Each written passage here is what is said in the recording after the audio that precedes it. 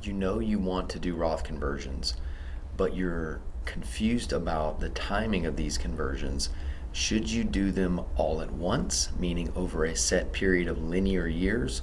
Should you break them up, or should you not do them at all? This video is going to explain what I'm calling dynamic Roth conversion planning. So if you've worked with a financial advisor or maybe even tried to come up with a financial plan on your own, you'll realize that complexity is the norm. But often when things like Roth conversions are they're put forth in a linear way, meaning you're going to do this much this year and you might increase that for inflation next year, and so on and so forth. And you've probably heard of what's called the tax planning window, and that's basically when someone retires before they have Social Security and especially before they get to required minimum distribution age. Now, I'm going to tell you in this video that I think Roth conversions should be as dynamic as any distribution plan, because you don't take the same amount of money in retirement. That's often what people don't realize before they get there, is it's not a linear ride. There are going to be some years where you take more money because life's going to happen. There's some years when you take less money. So the Roth conversions that you decide to do should be similar, and they should meet your specific goals.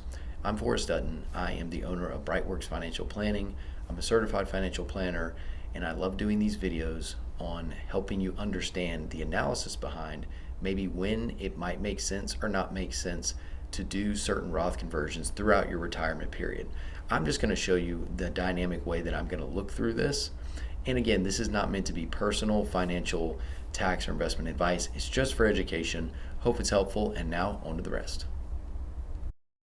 All right, so let's discuss today's scenario and video. And it's going to be very simple. This is someone who is considering Roth conversions, looking at a long-term plan, but I want to discuss two aspects. One is going to be, what are the expenses going to be throughout your retirement period? This is underutilized and underappreciated. They're not always the same, and I want to show you that Roth conversion analysis should come last, meaning you need to know your income sources, you need to know the expenses you have in retirement, and then after that you can decide if Roth conversions make sense and when. They're very rarely linear. So let me introduce you to the facts of this case. Now, I don't think single people get enough love when I look at YouTube or when I look at other videos on Roth conversions, so I want to give you one here. This is a single client. They are 60 years old and they are retiring, and they have assets in the following way. They have a taxable account or a brokerage account that has $500,000 in it. Of that $500,000, $100,000 is the cost basis. I'm going to assume a rate of return for this case of 5%. Now, what I'm going to do is I'm going to have the taxable assets run at 5%. They have a large tax deferred account, so that could be from a 401k currently, or it could be a rollover into an IRA, and that has a $5 million value. Now, I'm also going to run that at a rate of return of 5. That is the assumption that I have for this video. Now, the Roth assets, what we're going to do is model Roth conversions according to this client's plan, and those Roth assets are going to grow at 7%. Now, you may be asking, why did I choose to be different in terms of the rate of return? Now, the one reason and one benefit to doing Roth conversions is you know that after those conversions are done, that Roth account is meant to be the last place you pull from. So you have more time for it to compound. Therefore, you can actually take more risk with that account. So I think it is fair to model a different return there. The life expectancy of this client is 90, and I'll come back to that in a minute. I'm not going to play with that variable in this scenario because it's actually the one thing we cannot control, but I will say, and I think it is obvious to most watching this video, the longer your life expectancy is, the more favorable a conversion can be, because if you do Roth conversions and you just don't live long enough, you may not recoup that money that you paid up front. So think about it like a refinance on a home. So I'm going to model that this person works part-time. So they retire at 60, they work part-time. I'll click into the wages so you can see it, and they're going to earn $100,000 annually, and they're going to do that until the age of 66.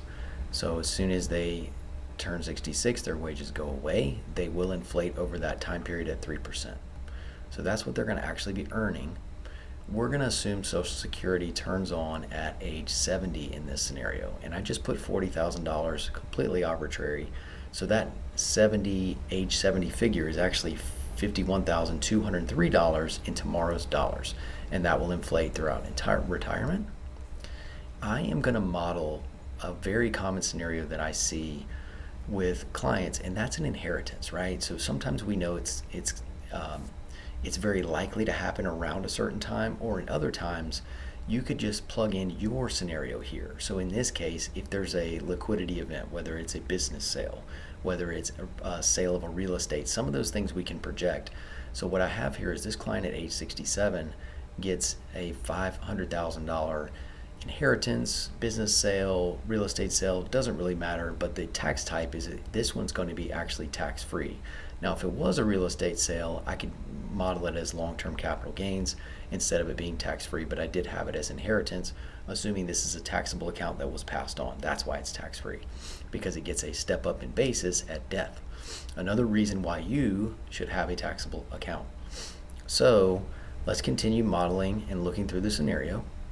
And then the other piece of this is, what are the living expenses going to be?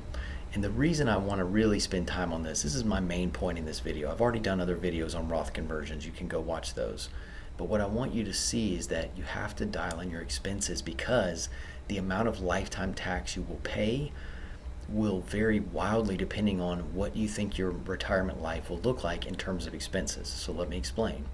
In this scenario, I have from age 60 to age 67 that this client needs $150,000 of spending money, meaning this is what they want to live on. Now remember, they're also working. So in this case, this allows their portfolio to grow more moderately during this time, because not only will we model some Roth conversions, but their income that they're receiving from their job is actually meeting most of their expenses, so they don't really have to draw from the portfolio in a large degree outside of Roth conversions. Also, remember, they have taxable assets. So between age 60 until whenever those taxable assets run out, those are going to be the first place that we will pull for income, which is also going to keep our tax liability low while we're doing Roth conversions. And then when we get to age 67, there's a 1 year where, notice, there is no expense number. That's because that tax-free inheritance becomes a means of living expense. There's no expense. So what I'm trying to get at here is every Roth conversion plan and analysis should be unique. In this case, we would need to make sure we model that, because that's going to affect what happens to the portfolio value.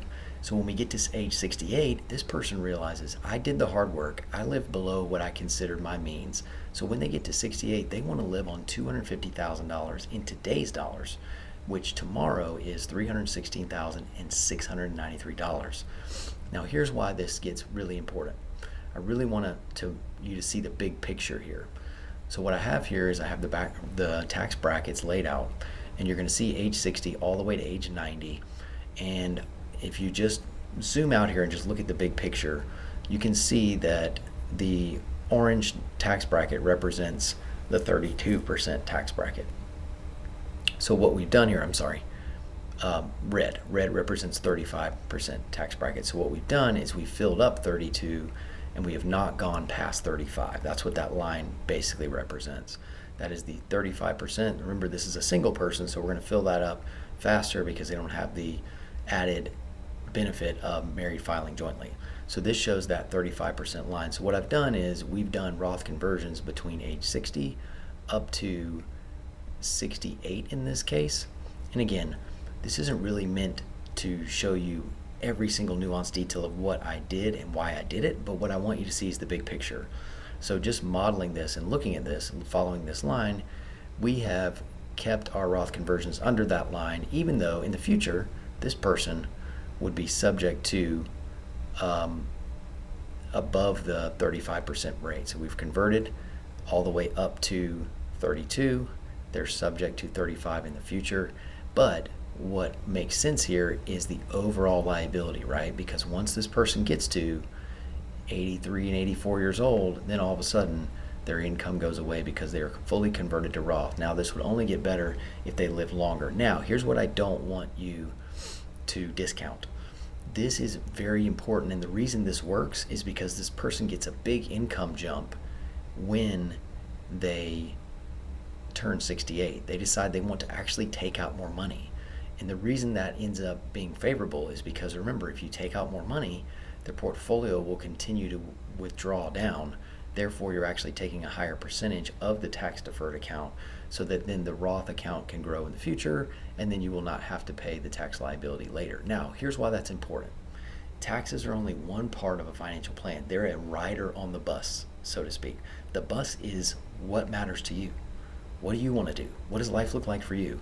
And what I've done here is, I would call this a Roth conversion plan that's a have your cake and eat it too. We did not go super aggressive on conversions so that we reap the benefits so early in the retirement plan, because this person wants to actually spend their money, right? When they're 84, they're also assuming they're going to spend it, but in that case, they may spend it in other ways. They may give a lot of it to charity. They may be spending it on the next generation, funding 529s, whatever they want to do. But I want you to really think about the expense number matters, because I want to show you this. I'm just going to change a few variables. So what happens if we don't dial in expenses and we don't realize that, hey, you know what, when we're living later on, I actually don't think we're going to need as much to live on. We only need 150. Let's just go back to where we were. So this person was living on 150,000, and then when they get to 68, they might realize, oh, you know what, actually that's all I need. I want you to see the radical difference this makes in this Roth conversion plan. So this is going to load in real time, and remember that previous number was lifetime tax savings was somewhere around $700,000. That is not insignificant. But what I want you to see as this loads is that just not dialing in our expenses can make a huge difference. So notice what we did. If we kept the same conversion schedule, we would have been better off not paying those taxes early, and we could have used that money that we converted, and just to hover over it, so just to draw your attention to age 60 to 68, instead of spending that extra money and deferring the gratitude, deferring the usage, we could have gone on more trips. We could have done more things that we wanted to, and we actually weren't really better off in terms of tax. So I want to show you that that makes a huge difference, because notice, most of our life, if that's what our actual expense is going to be, we paid too much, we did too much, and it was not worth it. So dialing in what your actual retirement living expenses and goals are going to be matters a lot. So let's show another scenario. So what if we get to 68 and we decide, you know what, we want to do 250, let's keep that.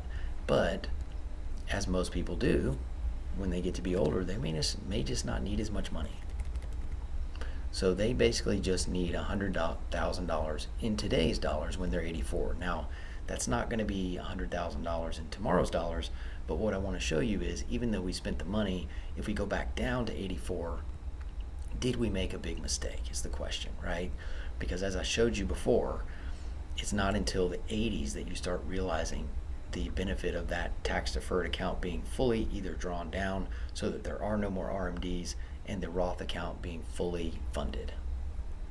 Okay, so in this case, this makes a negative difference, right? So because we don't have those expenses later in retirement, this lighter represents the base case. Our tax bracket later in retirement is actually much lower than we expected, right? We just don't have the income. We just don't have the need.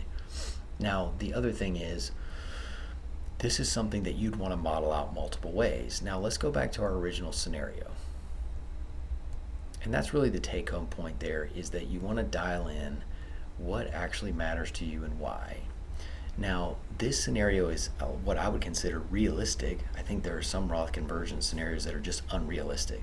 What does it actually take to do 5 years where you convert all the way up to the 37% tax bracket? Well, in most people's case, they just don't have the cash flow or the money to pay the tax outside to continue living the life they live without feeling like they took a huge lifestyle hit. So I want to show you the benefit of having a after-tax account when you're thinking about these conversions. And this is the last point I'm going to make in this video. So we're going to just assume, what if this person did not have a taxable account? And we did the exact same conversion, because a question I see often either in comments or just a question I've seen on different message boards, etc., is, does it ever make sense to convert when you don't have the money outside of the tax deferred account to pay the taxes? And the answer is yes. So this is what it would look like if we did not have a taxable account at all. So notice we're squeezed a little bit more here. We're converting much higher in terms of our income, because remember before we were not hitting that 35, we were staying under it, but in this case we have to go up to the next tax bracket. So we're actually converting above 35%, which again, from a lifetime perspective, if this is how this plan plays out, still works because we dialed in our expenses, and again, longevity is there, which again, we don't have full control over. So I just wanted to show this to you, and I'm going to show you one more thing, and that's about IRMAA. I don't think IRMAA should be a primary consideration in terms of converting or not converting, because from a lifetime value perspective, it doesn't make as big of a difference. So again, the projected difference over a lifetime, right? So ask yourself, $35,000 over 30 years, right? That's not a massive difference. So I would defer to this figure before the IRMAA figure. Now again, we can always nuance this and change it and make sure that this isn't something we hit if that's desired by a client's goals and values, but I do think that that can sometimes be oversold. The other thing that's important too is the overall projection difference in value. So again, the major reason that portfolio value is there is because, sorry, I'll go here. The reason that difference is there is, like I said before, the Roth can compound at a higher rate. It's not being withdrawn upon. And so overall, you have that Roth value that is, again, never subject to tax. So it is not, there's not a piece of it that the government owns. Now again, this isn't meant to be all inclusive. It's definitely not meant to be personal financial or tax investment advice. It's just for education. So I want to hear what you think. I think expenses and understanding the nuances around them is one of the most important things when it comes to looking at Roth conversion analysis, because depending on what you actually want to spend and when, Roth conversions may or may not make sense. Even this is a single person. Remember, the tax rates are going to be higher for every dollar of income. So I hope you enjoyed this video. I'd love to know, what do you think? Do you think this makes sense? What would you do differently? What would you like to see modeled? So as always, I hope you enjoyed this, and I will see you on the next video.